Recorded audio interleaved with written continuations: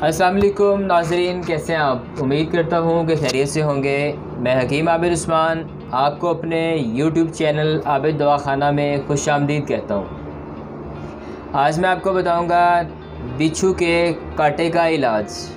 लेकिन आगे जाने से पहले जो मेरे चैनल पर नए हैं वो चैनल को सब्सक्राइब कर लें और बेल आइकन को प्रेस कर लें ताकि नए आने वाली वीडियो आपको बर वक्त मिलती रहे और आप उससे इस्तेफादा हासिल करते रहें।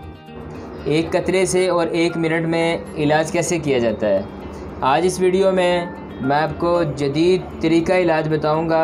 यह दवा हर घर की ज़रूरत है। गाँव देहात में अक्सर बिच्छू वगैरह बच्चों को या बड़ों को काट जाते हैं। वो इस दवा को अपने घर में ज़रूर रखें ताकि अल्लाह ना करे ऐसा कीड़ा किसी को काट जाए तो आप इस दवा को इस्तेमाल करके अपने प्यारों को इसके दर्द से निजात दिला सकते हैं।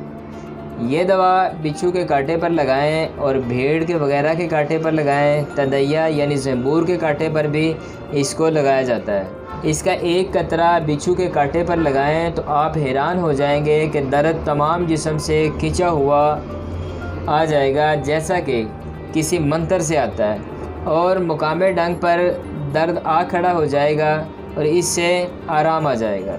ये मेरा हज़ार दफ़ा का तजुर्बा शुदा है।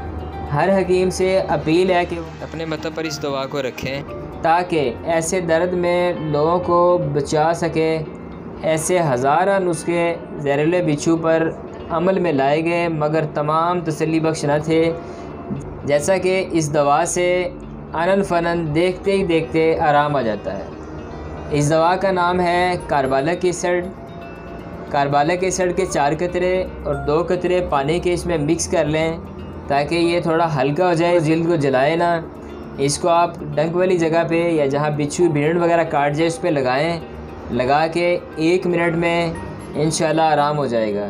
और इसको चेहरा पर इस्तेमाल अगर करना है तो अपने मालिश के मशवरे से इस्तेमाल करें।